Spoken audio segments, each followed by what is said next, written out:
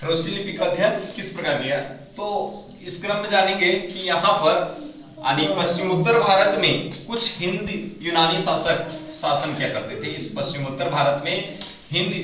यूनान शासक, Indo Greek शासक शासन क्या करते थे, जो अपने काल में बहुत सारे सिक्के छपवाए थे और इन सिक्कों पर यूनानी में तो नाम अपने लिखे ही थे, साथ ही साथ खरोष्टी में भी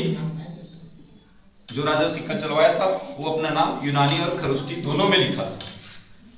जब बाद में इस लिपि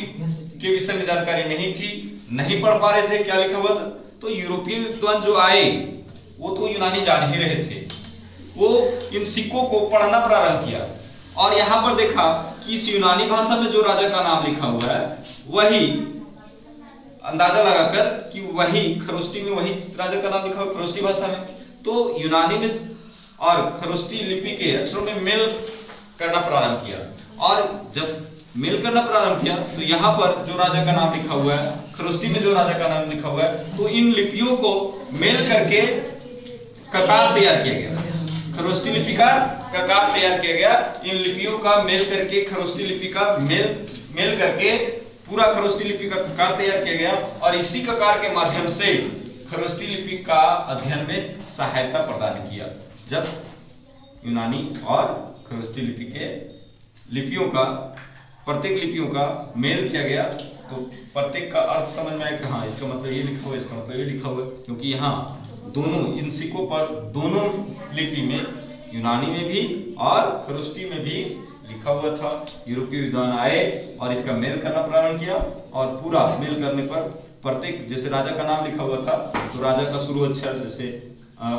इस तरह मान लिया जाए कि ये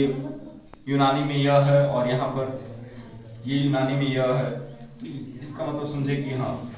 यूनानी में ये है, खरोष्टी में ये है, मतलब इस तरह ये यह है। कोई शासक है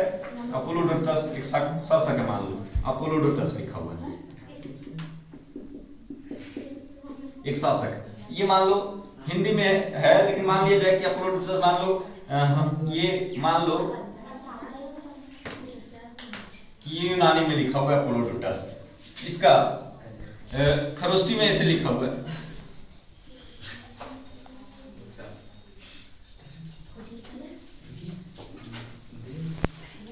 तो इसका मतलब ये आ जाएगा कि इस प्रकार से होता है। यूनानी लोग तो जानेंगे ही इसको क्योंकि ये यूनानी में लिखा हुआ है और ये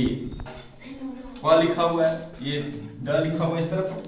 सब समझ जाएंगे। मतलब ड जो है इस तरह होता है खरोष्टी में, तो प्रत्येक लिपि को जान गया खरोष्टी का और उसका ककार तैयार किया गया और इस प्रकार से खरोष्टी लिपि का अध्ययन में सहायता प्रदान हुआ। ठीक है।